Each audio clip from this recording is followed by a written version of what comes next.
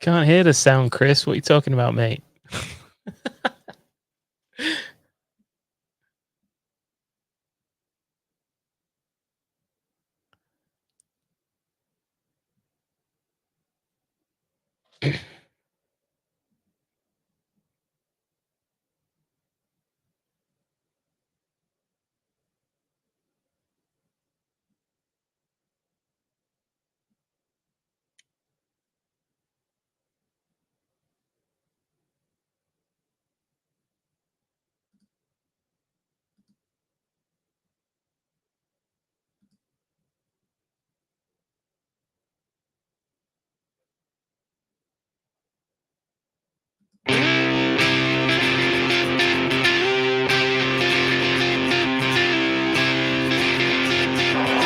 Great ball sent cross. Yeah! St. Gay! English got for dreams. Dreams, man. Live it up, Blue Boy. Live it up.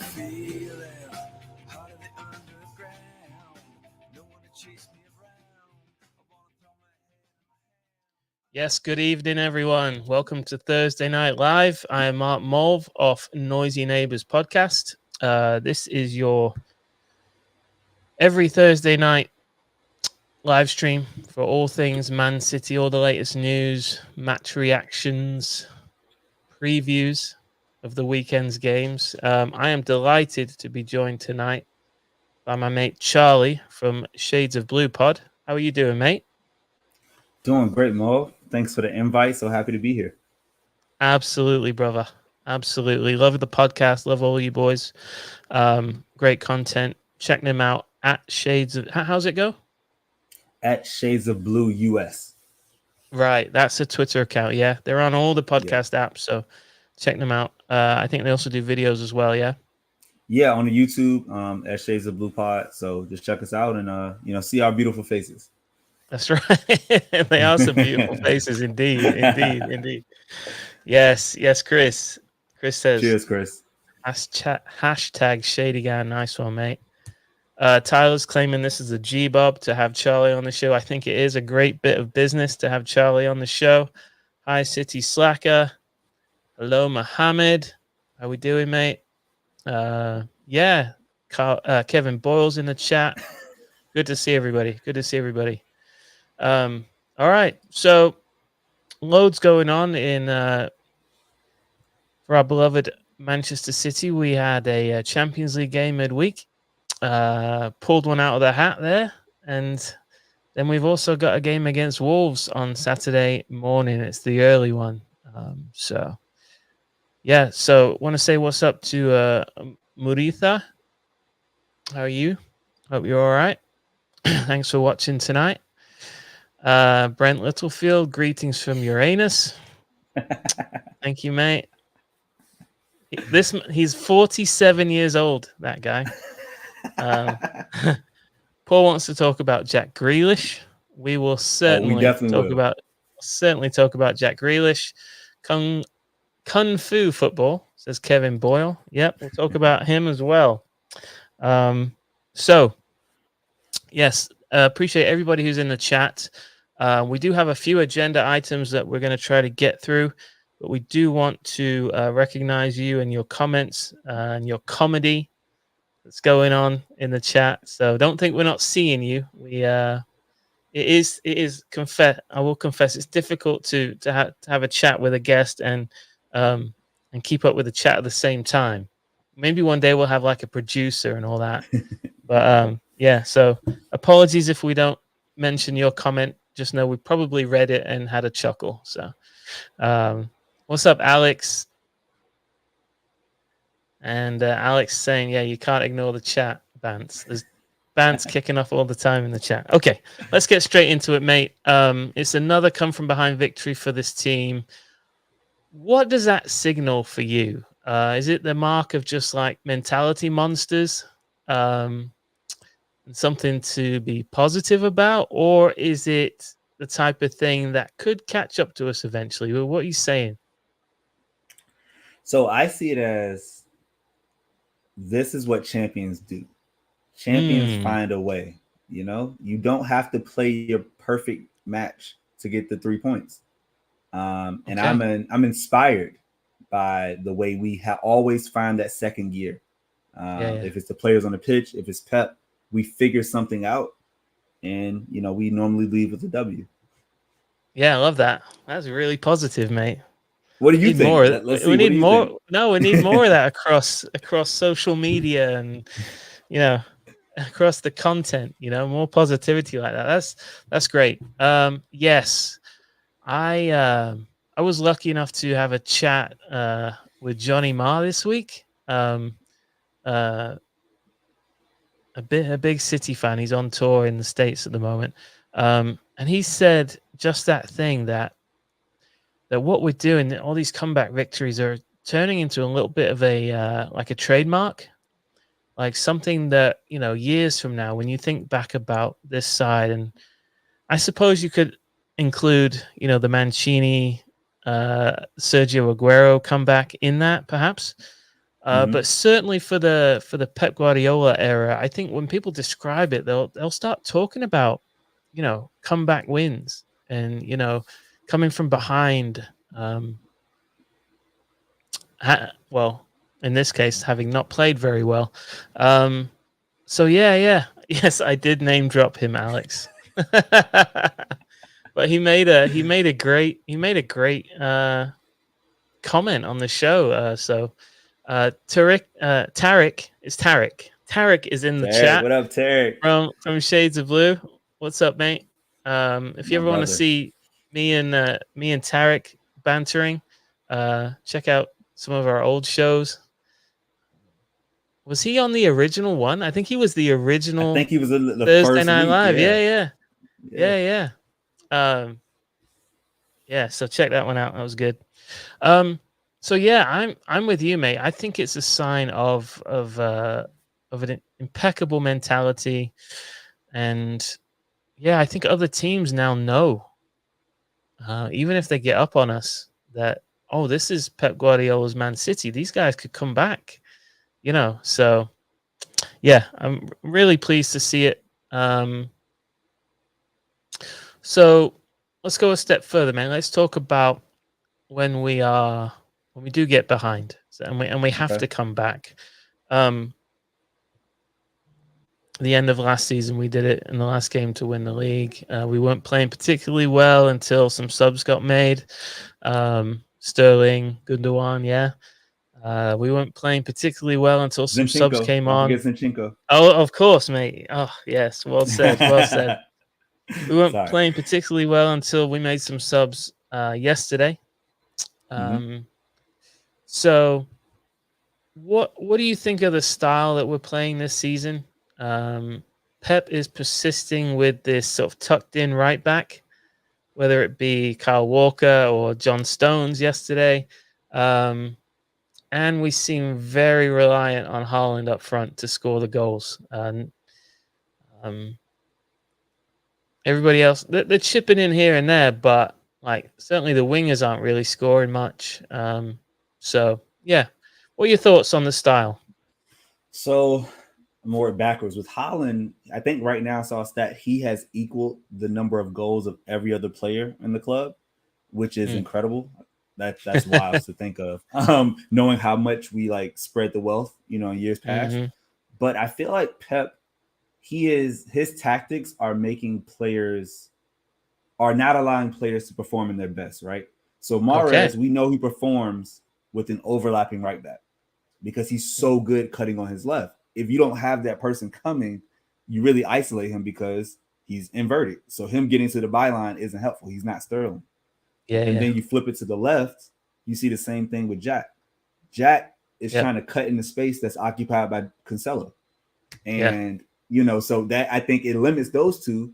But on the flip side, you see Alvarez come off the bench and play on the right wing, look incredible. You see Foden who can go left, right, and just be incredible. So I think it's hard to say like players aren't doing well. It's just I don't think Pep is putting them in the best positions possible. Mate, I totally agree with you, and I think that there's too much criticism of individuals. Yeah, across our socials, City fans. What Pep is asking these guys to do stylistically is, okay, get the ball into the other team's half. Yeah, progress the ball from the back into the other team's half. When we get into the other team's half, keep it there. Control the game in the other team's half. So what you've basically done immediately is you've cut the size of the pitch in half, right? What you're telling them is you need to work within only one half of the pitch, okay? And what do other teams tend to do? They tend to put everybody back there, yeah? Everybody's back there. So now, in only half of the pitch that you're technically allowed to play in, 21 players are there, right? 21 of the 22 players, and maybe 22 if Edison fancies fancies going up. Always possible. Yeah, Always 21 of the 22 possible players are in one half of the pitch. So space is so tight. Yeah. And again, all the defenders are back. What he's asking them to do is super, super difficult. Especially because he will not send a fullback past the winger. He almost refuses to. He expects the overlapping runs to come from Kevin, Gundogan, yeah, possibly Cancelo because he does push up higher, yeah. So my take on the whole style thing and why it doesn't look great is not because the wingers individually, Grealish, Mahrez, aren't good players or they're out of form. I'll say that they haven't been great. I'm not totally defending them. What I'm telling you is that none of them have been very good. And when none of them are good, that's on the system. That's on the manager. Yeah. Now there've been flashes. Okay, Foden has been good in flashes on the wing, but he hasn't. I wouldn't say been at his top level this season at all. Bernardo had one really good half on the right wing against, I think it was Newcastle, and dragged us back into that game. But I think just one of the consequences or features, I guess, of playing the way we do is that the wingers tend to be very muted. Because you're essentially asking them to beat 1, 2, 3 players on the wing to actually get into the box. Yeah. So what I'm looking for, and I think where the team can improve, is football is the ultimate team game, right? When you watch these guys train, you don't watch Jack Grealish try to take on 3 players to get into the box. That's not something that they practice. They practice rondos. Yeah. They practice moving the ball quickly amongst themselves, right? Around a packed area. That's what they practice. If they could do that and they could replicate that in the game, rather than us expecting Mahrez and Grealish, be it them, to beat 2 or 3 players to get into the box, I think it's unrealistic. I really do. I think it might happen every now and then, but I think it's unrealistic for us to ask them to do that when that, it's not what they train to do. They train to build up and connect and interplay, and I think if the overall tempo improves, if the chemistry improves, and I'm including the 8s in that, I'm including Bernardo, Gundogan, Kevin, if they combine better with whoever's on the wing, whether it be Foden, Mahrez, Grealish, hopefully eventually Cole Palmer, if those combinations can improve, if that tempo improves, that's when I think we'll be in full flight. Until then, I think they're going to struggle because they're not the paciest, and it's a numbers game, really. So I've been on a bit of a rant there, but that's my take on the style. Any immediate reactions to what I've said there? Well, I'm seeing some great things in the chat. So Dudley said that Jack would be better if he played Gomez, and I couldn't agree more, Dudley, because you do need that left-footed overlap. And we saw what Gomez did against Sevilla. They worked really well down that left side together. I thought both of them looked very bright. And I know it's early for Gomez. I'm sure Pep, he probably sees rightfully so, Dortmund as the biggest competition in the group. So he wasn't, as willing to say, hey, let me go put Gomez out against this group, because he knows how well Dortmund can attack on the counter. And so I think like what we're seeing overall, what you were talking about, is an evolution of City since the days of Sané on the left, Sterling on the right. Let's get to the byline, the City goal. We love it. We love the cutback. It's the best. But that left us open, Go ahead. Go.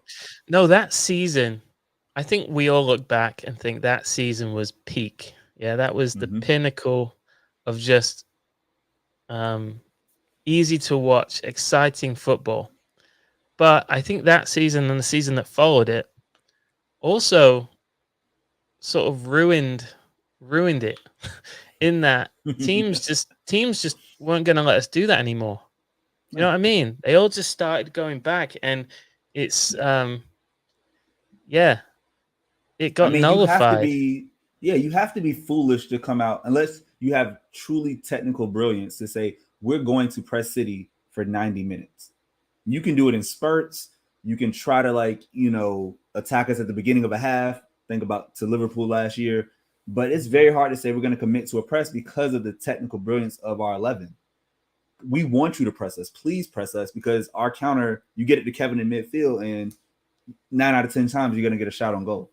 And so I feel like because teams are taking the 2 banks of 4 or 5-4-1 against us, the rondos have to work. Now, I think you see it in that match. Remember when Kyle Walker had that shot that everybody's like, why didn't you pass?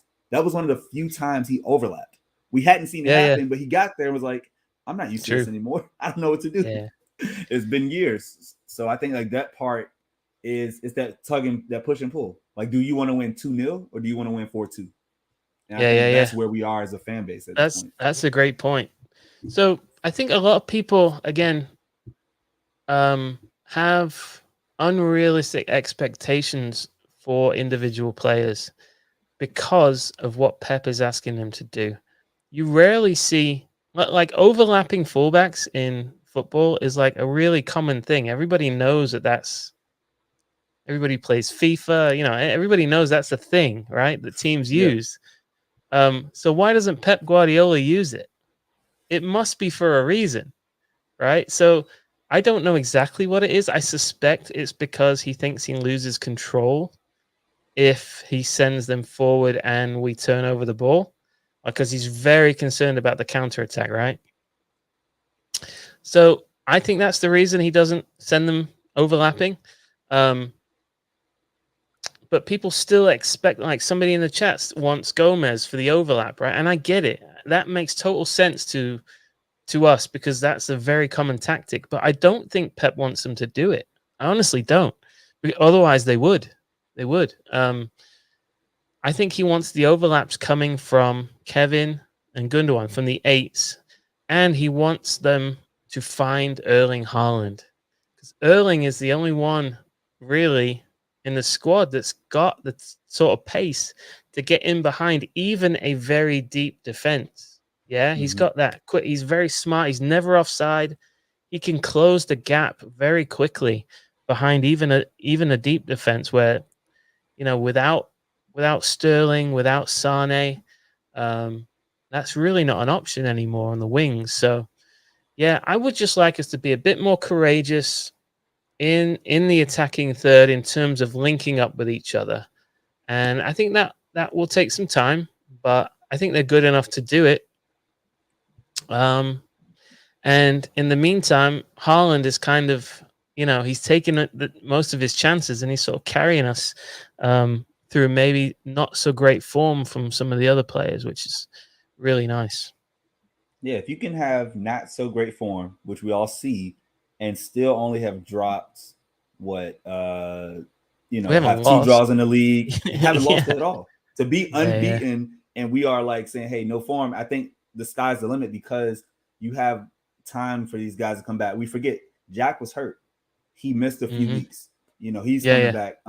You're still integrating Alvarez. I think Pep is trying to figure out, can he play beside Haaland? Should he start with him?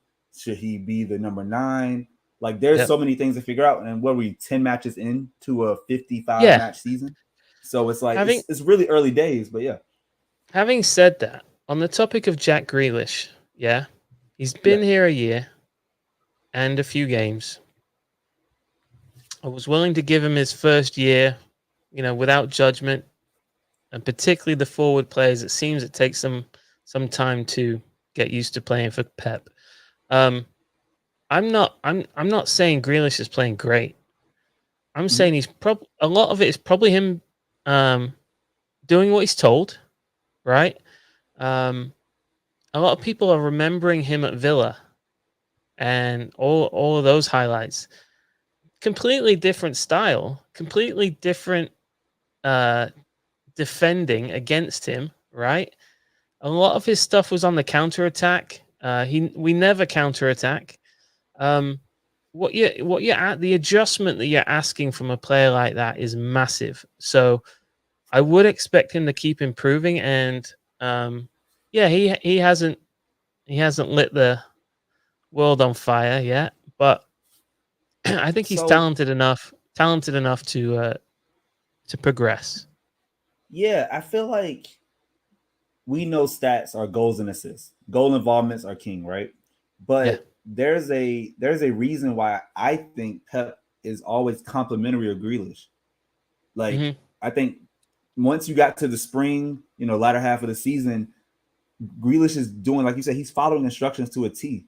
He is one of the best progressors of the ball in the Premier League. It's not sexy. It doesn't, get you the goal, but he gets us where we're supposed to be. He gets it into the final third. He's a part of the link ups. And I think, would we love for him to have 10 goals and 10 assists? Of course.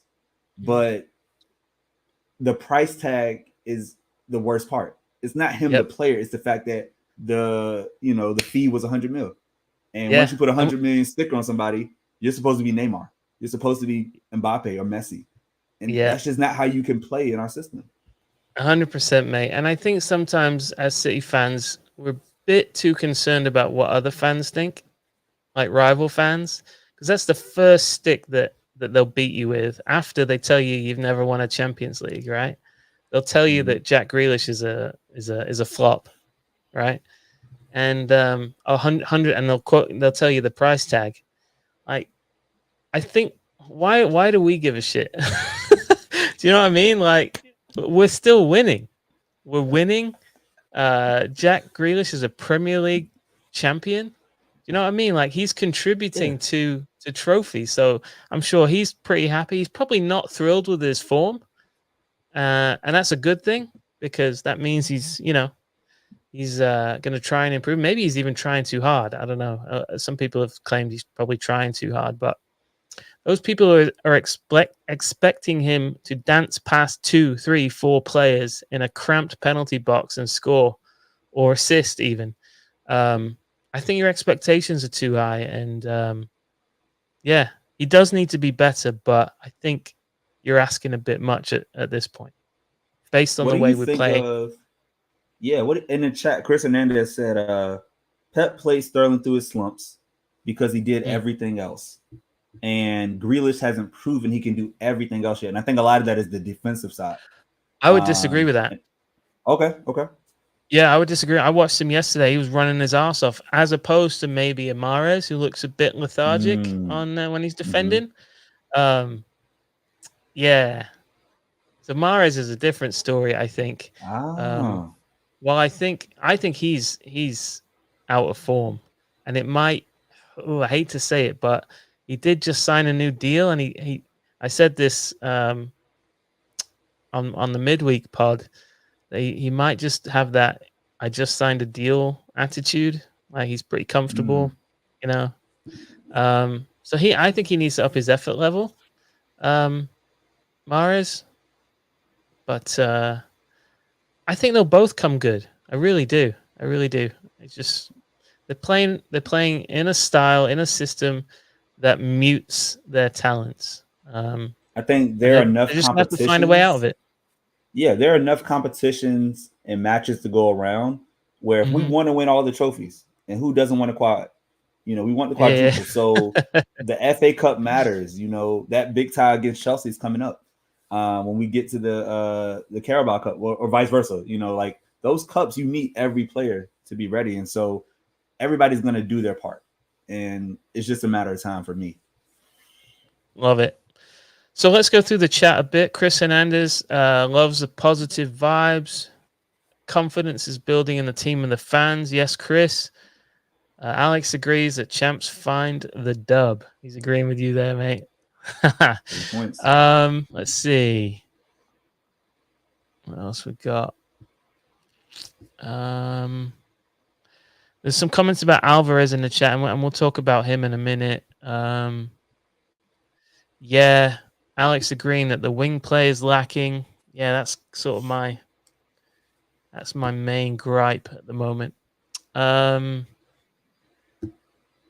see. Yeah, Muditha. The pitch was a bit too narrow with Jack and Mahrez inverting. We missed not having Bernardo in the 8 as well. Yet to this point, I would say, again, by design of the manager. You know, he's not an idiot. We all think, you know, get wide, play complementary players, play symmetrical football, right? He doesn't think that way at all. He wants total control, right? And maybe he wants that total control for 60 minutes, something like that.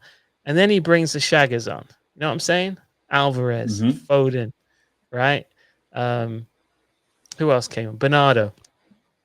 And at this point, Dortmund's legs probably really tired for chasing the ball for 60 minutes. And, you know, maybe that's harsh on Grealish and Mahrez, who had to do the first 60 minutes against fresh legs. And then here comes Alvarez and Foden against the tired defense, and it's dead easy, right? Maybe. I don't know. But yeah, thanks for your comment, mate. Let's see.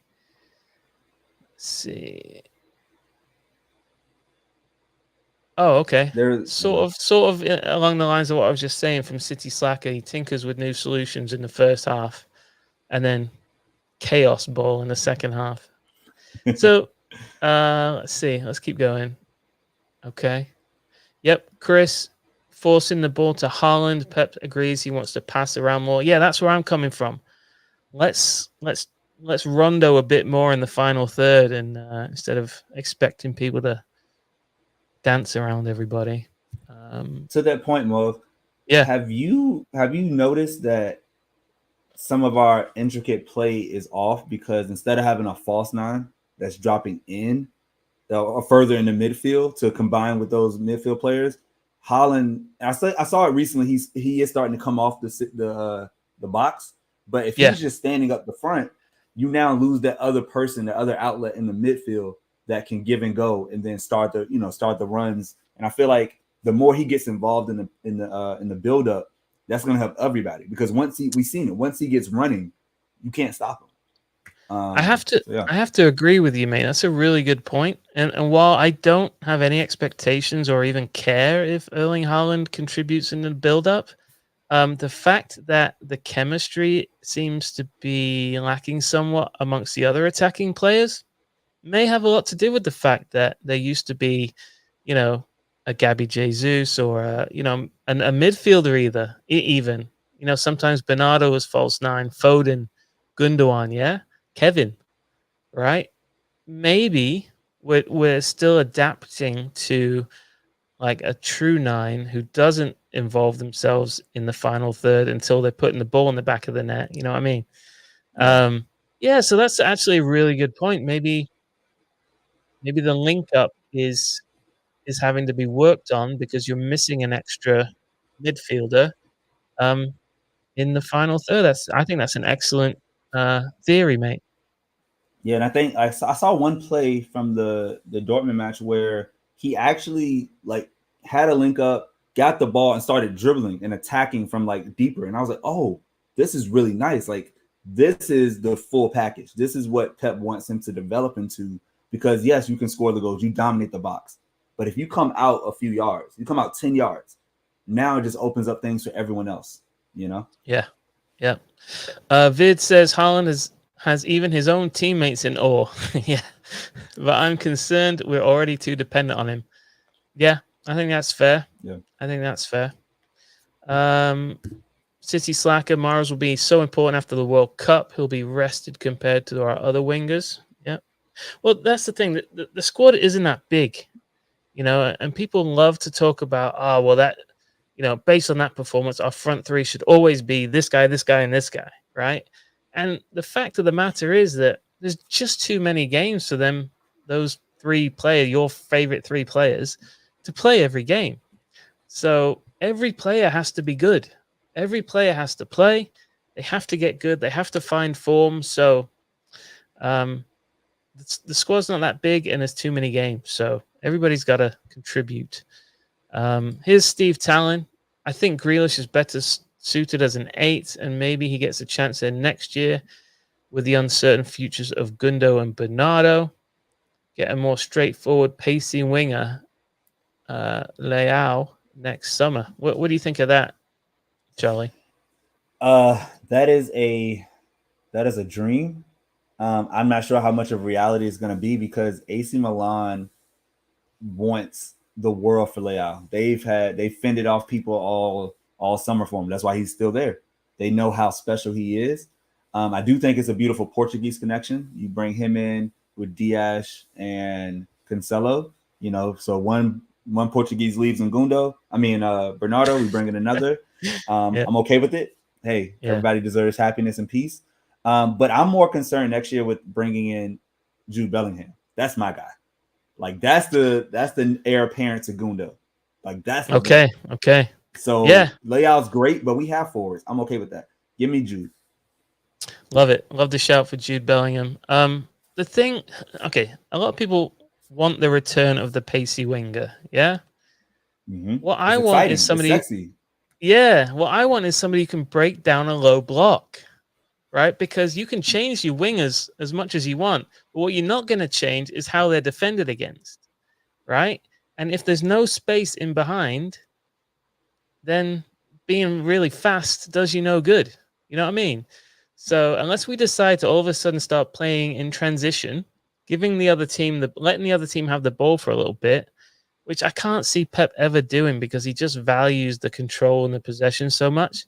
Unless we do that, the answer is not pace, but interplay, passing, moving, breaking down the low block that way. Somebody with ideas and shared ideas with the other players in the 11. You know what I mean? So yeah, I think we are. It's a bit of a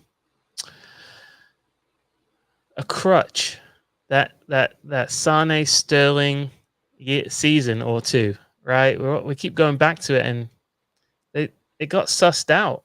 You know what I mean? And we're not going to change the way we play. I don't think. While Pep's here, so let's keep going. Okay. Trying to get some people who we haven't mentioned yet.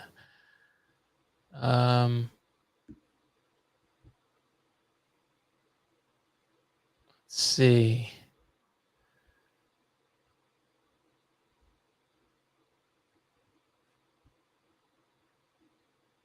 Okay, Tyler, I think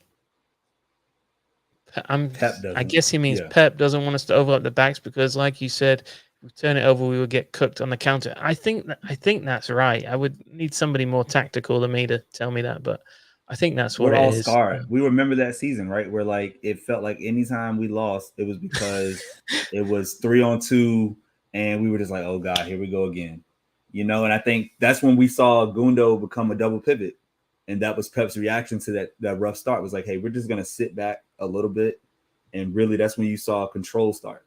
And ever since then, it's like, why change it? It works. You're gonna have your 4-0s against the relegated sides, your 5-0s against whoever, but week in and week out, you have to be able to control the match, or else we'll start looking like Liverpool. And I do not want to look like Liverpool. I don't need that. I don't want to have our right backs looking like Trent Alexander-Arnold. Like, that's not what we need. Nobody wants that stress. Pep doesn't want the stress. You can see him. The water will start drinking. He'll probably drink a whole gallon if he was to watch us play like Liverpool for 90 minutes. He wouldn't know what to do. Okay, somebody had a question about the midfield. Okay. It was Mudita. Mm-hmm. What do you guys think of the Gundo KDB midfield? Is it a coincidence both games we dropped points was without Bernardo in the mid? Mm-hmm. I think that What do you, Gundogan started the season so well and was so important to us scoring goals that he justified his place in the side, and he was forcing Pep to, if he wanted to play Bernardo, he had to play on the right wing because Gundogan was undroppable.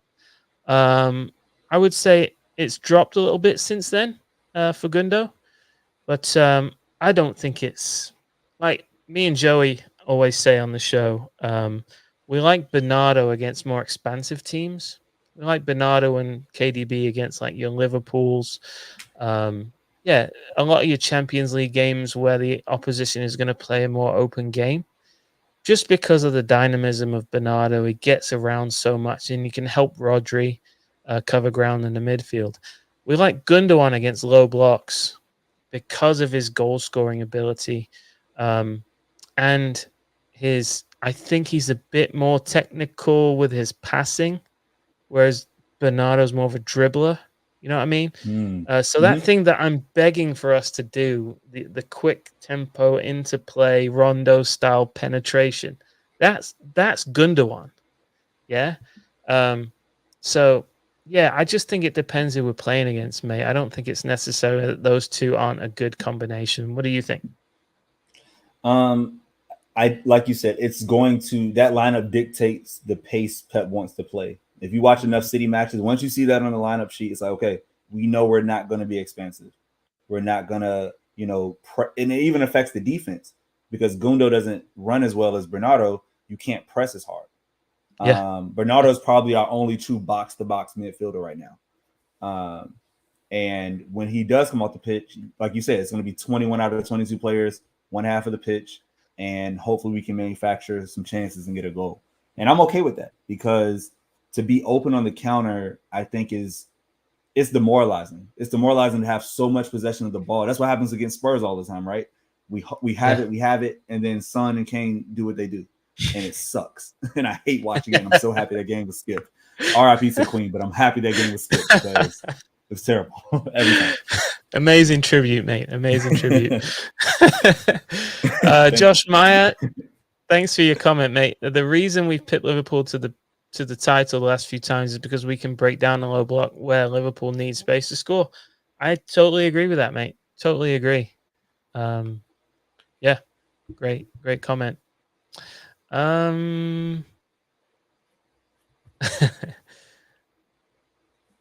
J.A. Logan Parker, thanks for your comment, mate. Gundo's a back post assassin. Yes, I love that. But Bernardo has more energy. Yeah, agreed. It's hard to bench the team voted captain. Yeah, thanks, Chris. I mean, Fernandinho. I guess because Gundo's not as old as Fernandinho, you're like, oh, he's younger. He should be able to play more. But hey, at some point, the legs stop going. You just got to be a super sub. I'm all about the Ole Gunnar Solskjaer, that last 30-minute person who comes on. I love that role for Gundo. Or even Mahrez. Once you get over that hill, somebody's got to come in. Somebody needs those minutes. Listen, for a quick change of pace, I'm going to talk about something that our supporters club, Blue Moon Dallas, is doing in the build-up to the Manchester Derby. And that is we're doing a raffle in support of food banks, 2 food banks, the North Texas Food Bank, which is where we are in Dallas, and of course, MCFC Food Bank Support, which is a group of City fans that collect food outside the Etihad at all the home matches. And they do a lot more besides that, but I think that's their main gig is collecting food from match-going fans. So in order to support those and raise some money for them, one of our members at Blue Moon Dallas, Chris, kindly donated a match-worn Alex Kolarov kit. There it is. Can you see that? It's even got the grass stains on it. This was worn against Aston Villa 2012 at home. So if you're interested in joining in the raffle to try to win this really nice match worn kit, certificate of authenticity and everything, go to bluemoondallas.com/raffle. I'll put it in the chat actually, real quick. bluemoondallas.com/raffle. Spelled that right. Boom. Check that out. And you can buy tickets. They're $5 each. Buy as many as you want.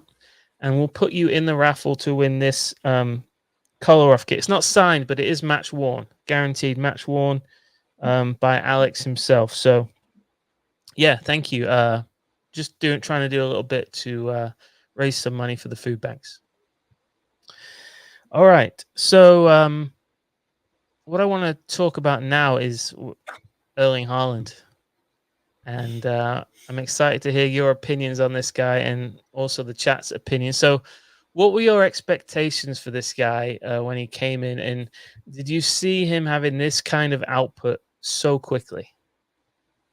I would be lying to everyone here and around the world if I was to say I thought this man was going to score 13 goals in 9 matches. Didn't see it coming. Didn't see 2 hat-tricks coming. I thought Premier League 25 goals, 20 to 25. I think that was the range. And, maybe with all competitions, we're going up to 40. But this man he's special. We are watching something that we've never seen before, or at least I haven't seen in my time watching football. And I've been watching, the last 10 years. So 2012 on, I haven't seen anything like this. What about you, Mo? Yeah, particularly that goal last night. Like when I used to watch his highlights for Dortmund, right? I was seeing him score some ridiculous goals. The stuff of, Kung Fu Legends. I mean, that's not the first time he's done a ridiculously difficult finish like that, where he sort of launched himself.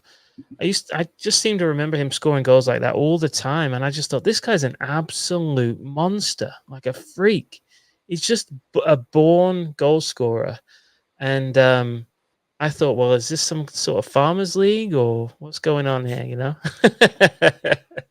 I think it's like as his hair gets longer, he gets better. Like, because Salzburg, it was like the really close cut and he's breaking on the scene in Champions League. He's like, okay, this guy's cool. It gets a little bit longer. We get the first man bun iteration in Dortmund. And like, wow, he's going up against Lewa. Like, this is special. And now we have full on Thor, beautiful blonde locks. And I've never adored a blonde man more. Like, he's the most beautiful man I know. I am in awe of him. Just the vibe and the aura and the marketability and just the whole package with this guy is beyond what I thought. Like, so my son, all of his mates on the football team at school, they all support different teams, what have you, and they all banter with each other, and they all call each other's team shit and what have you. It's just fun. But he told me he couldn't count the amount of friends at school that he talks football with that came up to him and said, I'll use my American accent. Man, y'all got Haaland now. Like, y'all are gonna be unstoppable. Like, I can't believe you got him. I'm like in awe because I hate Man City, but I love Erling Haaland. That sort of stuff. That's an impressive accent. That's great. Thanks, mate. I'm a bit of a chameleon in that I can do both. But when I'm talking football and City, I always have an English accent. It's just just natural. So you saw when they played that friendly in Barcelona, right? And when he got up to warm up, the entire stadium got on their feet and were clapping him. And he's another level superstar, a higher level than we've ever had at the club, I believe. Bigger than Aguero. Because I'm sorry, go ahead. No, like people like Silva and Aguero, they were pretty quiet guys. And this guy's, the stuff he comes out with in the interviews is just top class. Like he's a star. You know what I mean? He's the first icon. You know, it's like that one name icon. It's a Ronaldo, it's a Messi, it's a Neymar, Mbappe, Haaland. He's right in the conversation. You know, Benzema. Like, you don't have to say his whole name. We like saying it, it's fun, but Haaland is who he is. And when you start putting that into, you know, I think it was like somebody I read on Twitter was like, when you go out to the park, you see a bunch of Haaland shirts. You know, it's Haaland, KDB. Like, this guy is who this entire generation is going to grow up and aspire to be. You know, even though it's hard to do. It's kind of like in the States, kids want to be LeBron. LeBron's incredible. Or like the Greek freak. You know, now it's like, hey, this guy is a freak of nature. Yeah. There's certain players that just transcend the game, you know, and I think he's borderline that already. You go watch the games with the supporters club, right? Mm-hmm. In Hollywood, and you know, in Dallas, just the new faces that we're seeing around. We saw him in Houston, we saw him in Green Bay. Like, he's brought another set of fans, I think, particularly younger guys and girls. So there's a real excitement about him. He's a star, absolutely a star. So let's go through some of the chat comments. Okay, steady on, Alex. Steady on, mate. Yes, Haaland is an absolute G-Bob, mate. 51 million pounds. Thank you, Muditha. His girlfriend's convinced he loves Haaland more than her. Yeah, I can see it. He could maybe reach Messi, Ronaldo like years with 60 goals. Yeah, I mean, it doesn't even matter the Yeah, true. Yeah, if he plays him, I mean, you know what might actually, and we haven't talked about Alvarez yet, but Alvarez being available and being as good as he is might actually cut into Haaland's appearances and therefore his goals, like in Carabao, FA Cup, some Champions League games. Hopefully we'll have one or two this season that really don't mean anything, dead rubbers, because we've already progressed. Fingers crossed, touch wood. Mm-hmm. You know, Alvarez is going to get those minutes, I think. So Erling's ability to stat pad to Ronaldo, Messi levels may be impeded by Julian Alvarez. You know, next month is going to be the tell. We have 9 fixtures in October. That's a lot of matches. Yeah, that's another thing. I wonder how many, you know, Pep's going to start him. I think he'll play 7 or 8, but is he only going to start 5? Is he going to go back and forth and fully rotate with matches every 3 days? That's going to be tough. I like them together, mate. I think a lot of people in the chat are saying that too. Start them together and then take Haaland off. Occasionally start them together. Mm-hmm. But when you do that, take Haaland off maybe 60 minutes, let Alvarez finish it, you know? Let's see.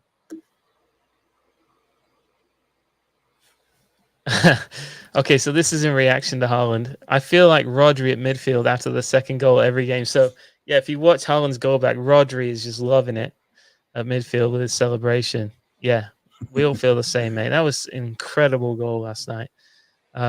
Chris Hernandez, I thought 20 goals by World Cup might be possible. He may break that mid-October. Josh, his first 3 or 4 strides are lightning quick and almost no defender can beat him to the spot.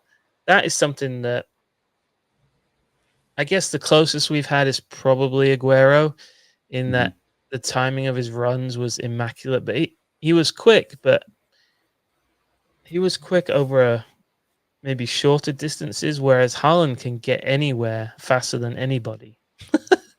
It's just mental. Let's see. He also gets in the other team's heads before the game. You can tell they're focusing on him. See Dortmund's comments before. Yes, Alex, good comment. People are liking the American accent. Let's see. Yep.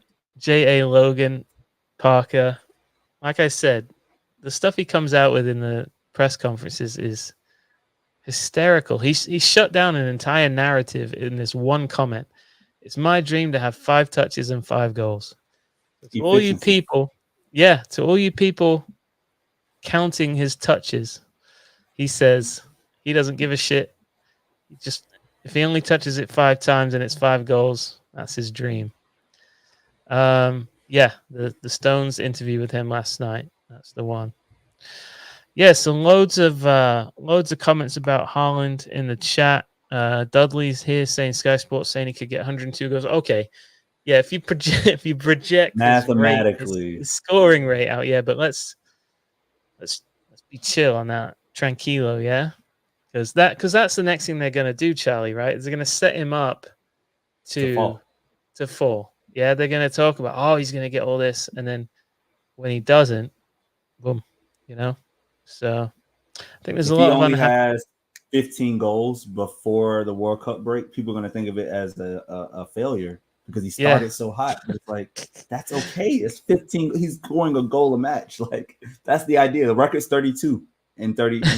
In a 38 game season. I think it's okay if he only gets one a game. Absolutely. Okay, we're at what are we at? 52 minutes, mate. So let's change gears for the last time on the show, and we'll talk about Saturday. We've got Wolves away. I don't know if you saw this, but they just signed Diego Costa. Did you see that? Mm-hmm. Yeah. If only we had... with the real live Wolves. Did you see the pictures? Cool. He was so scared. He said he was scared shitless. Have to admit that was really cool. So if only we had Mangala back to lock him up for 90 minutes, that would be great.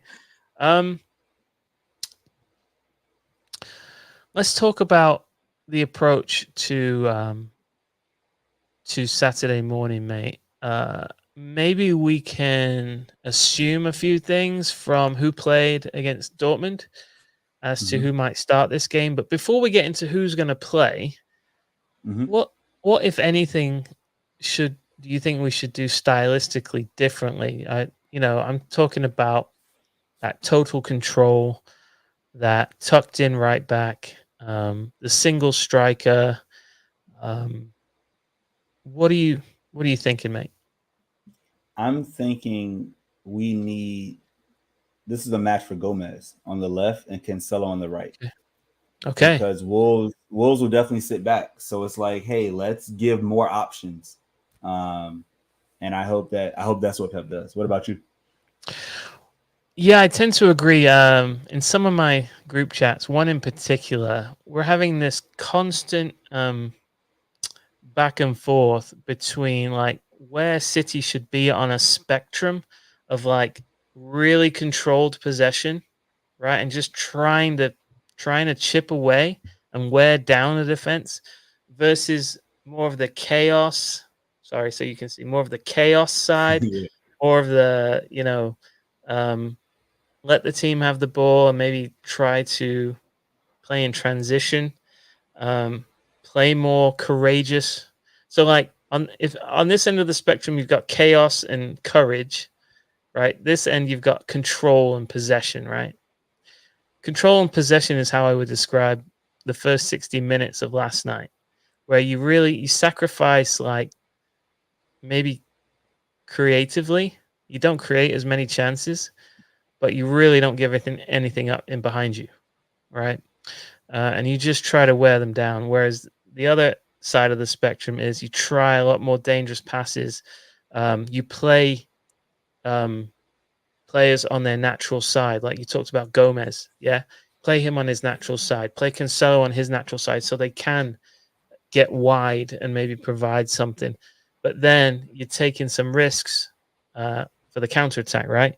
So I think we all tend to agree that we need to be a bit more courageous. And for me, that looks like playing more passes in the final third, more link-ups, quicker tempo.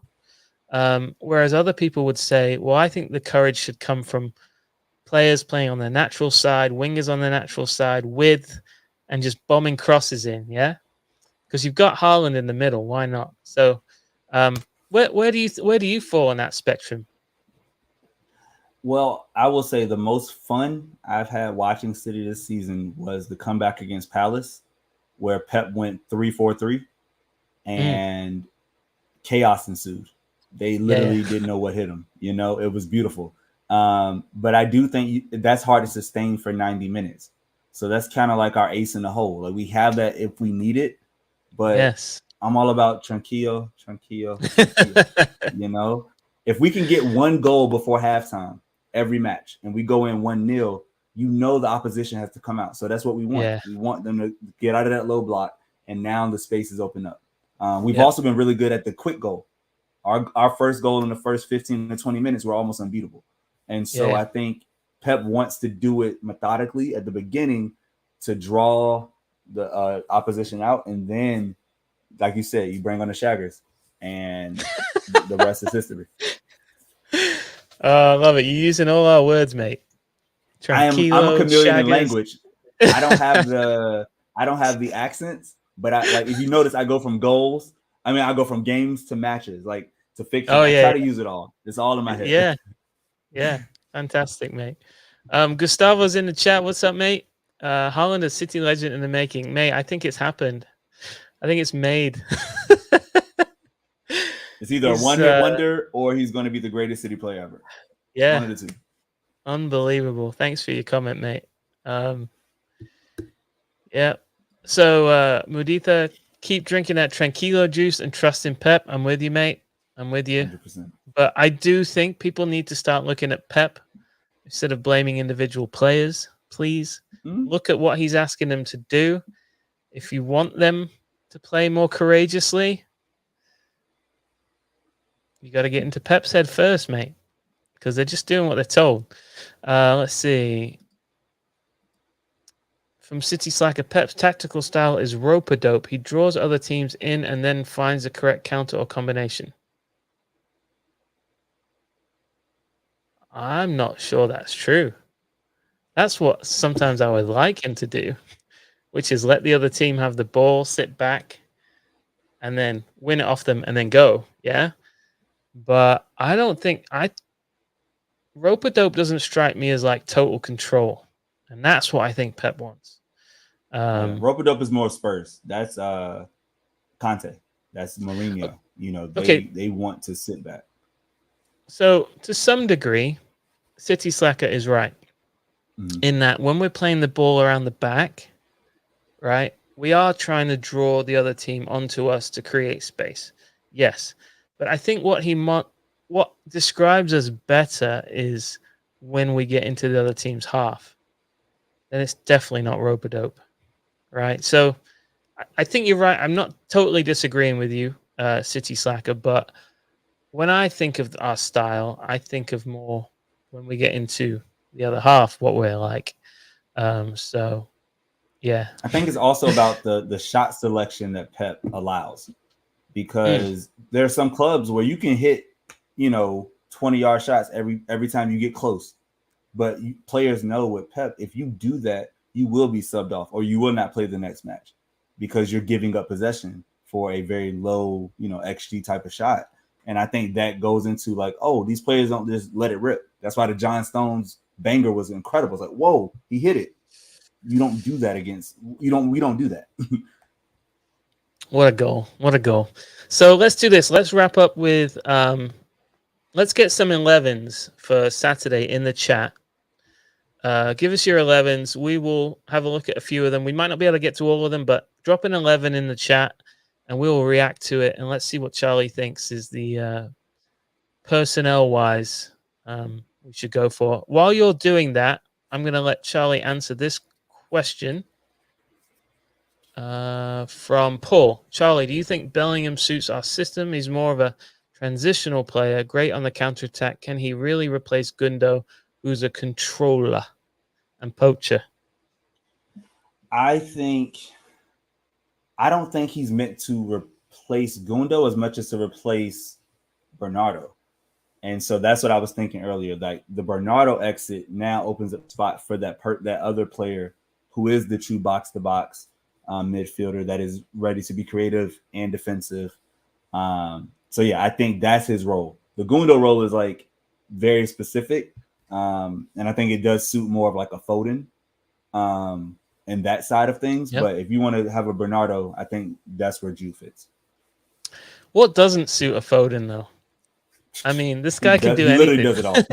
Yeah, he can do everything anything, except mate. 6. Yeah, 8, 10, false 9, winger. Yeah. Doesn't matter.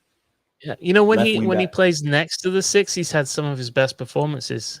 You know, there was one for England. There was one in one of our cup games where he was just destroying from deep, just playing through balls over the top. Yeah, thought he could do. You know who he everything. reminds me of in that role? He reminds me of Frankie de Jong at Ajax. Okay, Where Frankie was running. He was running the show from deep. He's not like a true Rodri type 6, but he was just so expansive. Yeah. I think when Foden gets on, like when he can really get the keys, it's a beautiful thing to watch. Yeah, he's amazing. Okay, let's see if there's any 11s in the chat. Got a few. Okay, Josh has gone with Edison. That's a good. I like that. Good start, mate. Great call. Okay. Okay, Josh has got one. Let's react to Josh's. Edison, Cancelo, Diaz, Stones, Gomez. Okay, so Cancelo right back, Diaz and Stones with Gomez on the left. Then the midfield is KDB, Gundo, Rodri.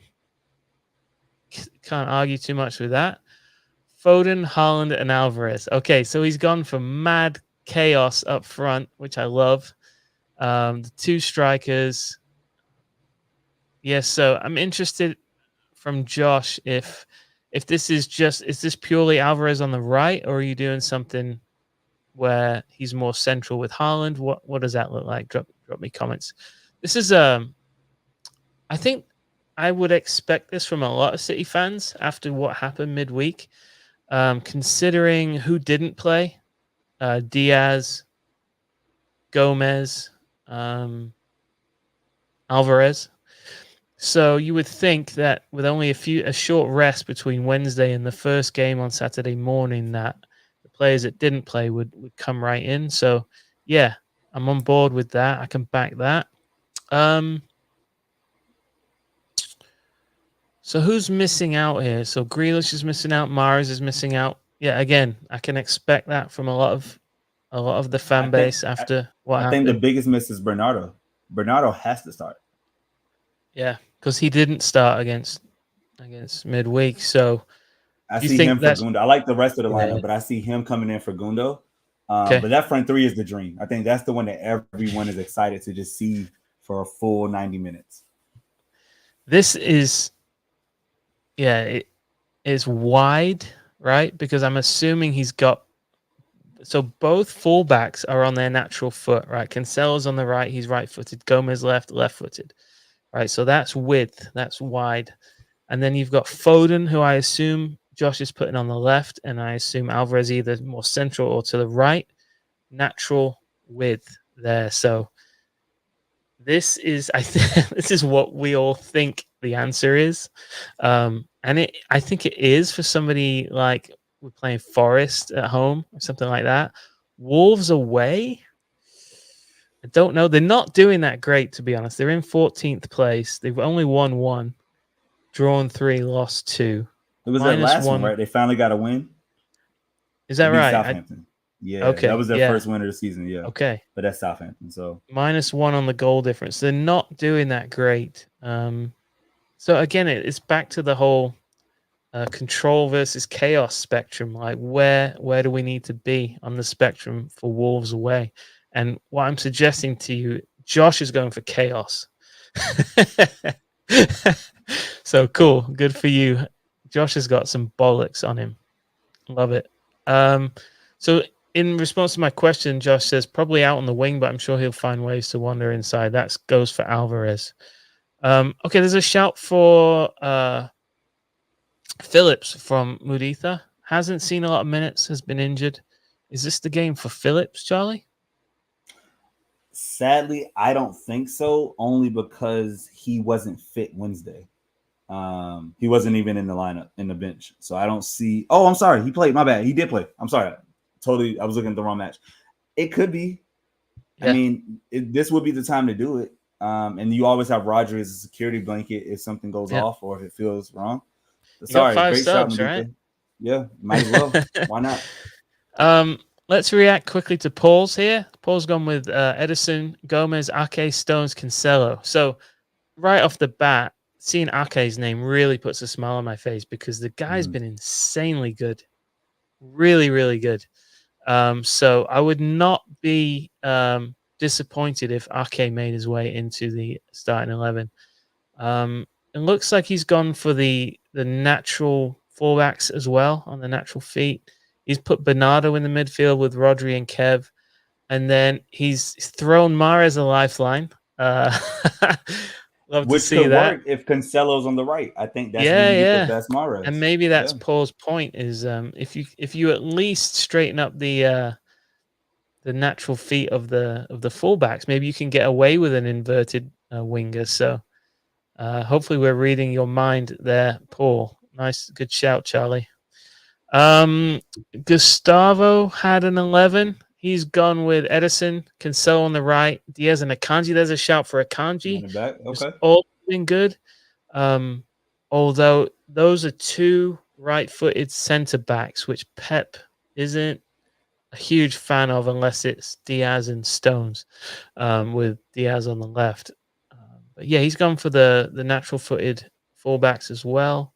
Phillips is in for Gustavo. That's cool. KDB, Gundo. Maybe he's got Gundo in there because of the noisy theory that he's better against low blocks and he thinks Wolves will be in a low block. Holland up top. Boom.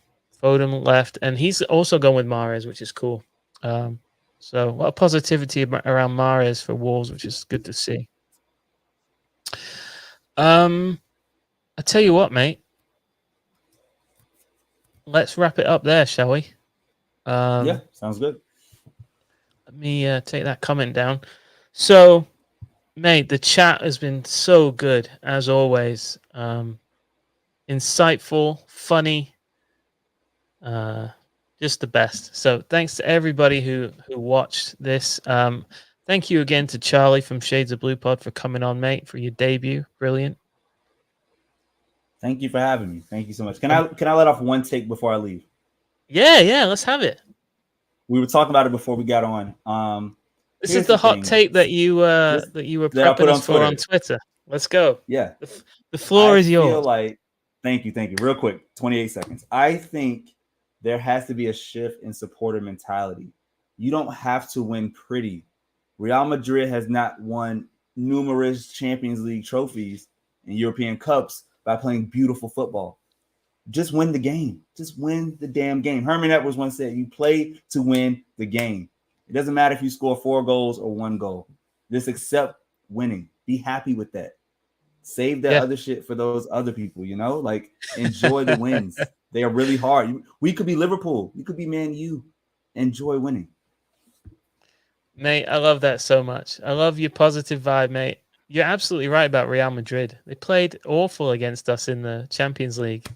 And then, 5 mad minutes and they're through. And their fans weren't criticizing the first, 85, 90 minutes of that game. They're loving it. You know what I mean? So they had it right where they wanted them. Yeah, maybe.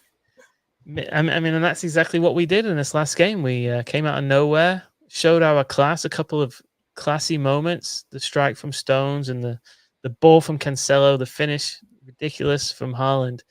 Yeah, more looking at that like that's a great 3 points. What a way to come back. What a class team we've got when we need it.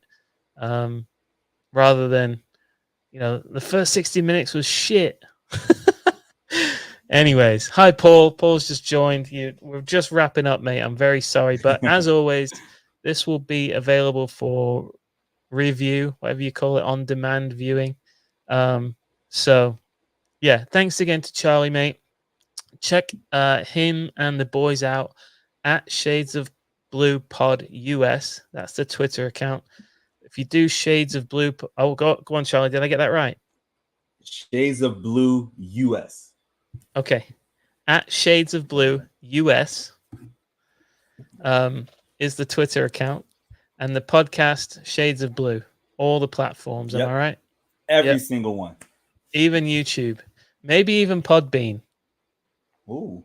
Gotta ask Crunk about that. Thanks, Kevin. Kevin agrees. Another banger guest. Great vibes and chat, Charlie. Yeah. Big up, Charlie. Thank you so much, mate. Thanks again to the chat. We'll see you next Thursday night. Probably have a podcast out before that. Joey will be back from holiday. Big up, Joey, mate. Look forward to seeing you soon, pal. Hope you're having a good holiday. Yeah, to everybody who watched, everybody watching the replay, thanks again. Up the Blues. We'll see you next time. Ta-ra. Cheers.